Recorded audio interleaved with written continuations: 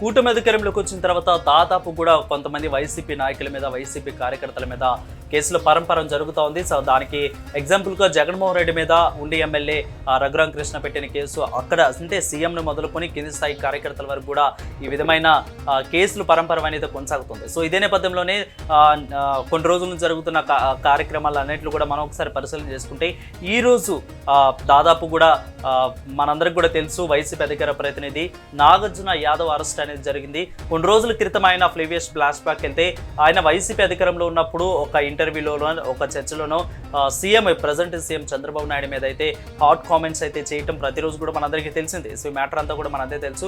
ఆయన వైసీపీ అధికార ప్రతినిధిగా ఉండి అటు అపోజిషన్లో ఉన్న చంద్రబాబు నాయుడు మీద ప్రతిరోజు కూడా ఏదో ఒక చర్చలో భాగంగా ఏదో ఒకటి మాట్లాడుతూనే ఉన్నారు. సో వాటిలన్నింటిలో కూడా ఆల్రెడీ కూడా ఇప్పుడు కూటమి అధికారంలోకి వచ్చిన తర్వాత వాటిలన్నింటి మీద ఒక సందర్భంగా మాట్లాడిన హాట్ కామెంట్స్ని పరిగణలోకి తీసుకొని అక్కడున్న ఒక వ్యక్తి పోలీస్ స్టేషన్లో కంప్లైంట్ ఇవ్వడం ద్వారా ఇటు ఆయన మీద కేసు బుక్ అయింది. సో ఈ కేసు నిమిత్తం ఆయన ఆల్రెడీ కూడా బెయిల్కి వెళ్తే 25వ తారీఖు వరకు కూడా ఆయన్ని అరెస్ట్ చేయొద్దంటూ కూడా ఆయనకి వారెంట్ ఇచ్చినట్టు కూడా తెలుస్తోంది. సో ఇట్లన్నింటిలో కూడా హైకోర్టు వాదనలు కూడా పక్కన పెట్టి ప్రజెంట్ పోలీసులు ఆయన్ని బెంగళూరు నుంచి వస్తుంటే ఇటు రాయలసీమ దగ్గర కుప్పం దగ్గర అరెస్ట్ చేసినట్లు కూడా నాగార్జున యాదవ్ని అరెస్ట్ చేసినట్లు కూడా తెలుస్తూ ఉంది. సో ఇది అంతా కూడా చూస్తున్న వైసీపీ నేతలు ఏంటి అరాచక పాలన, ఏంటి యొక్క విధ్వంస పాలన అని కూడా చెప్తున్నారు. సో అదేవిధంగా వాళ్ళు మాట్లాడుకున్న పరిస్థితి కనిపిస్తుంది.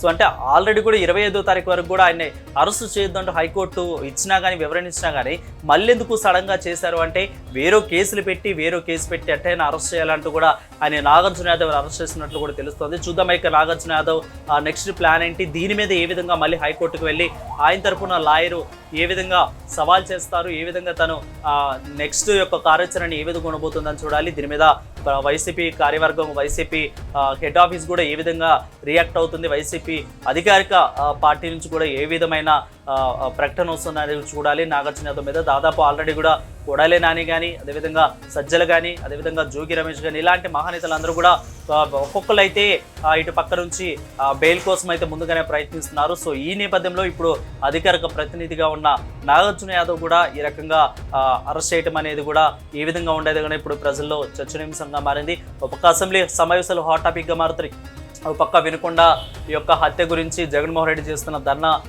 ఇటు అదేవిధంగా రేపు పార్లమెంట్ ముందు ఢిల్లీలో రేపు 23వ తారీఖున ఢిల్లీకి వెళ్ళనున్నారు.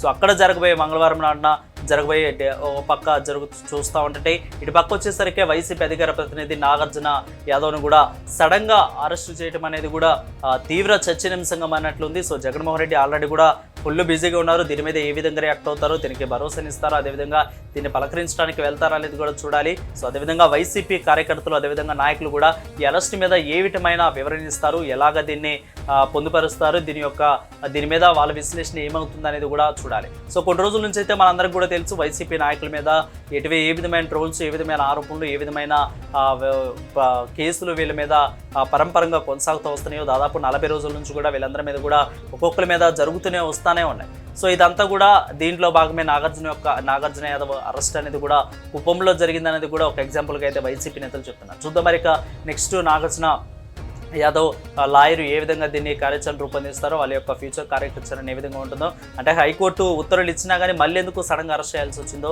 ఇదంతా కూడా మనకి ఇంకా పూర్తి అప్డేట్స్ తెలియాల్సి ఉంది. మరిన్ని అప్డేట్స్ కోసం చూస్తూనే ఉండండి ప్రజా చైతన్యం. Stay with us.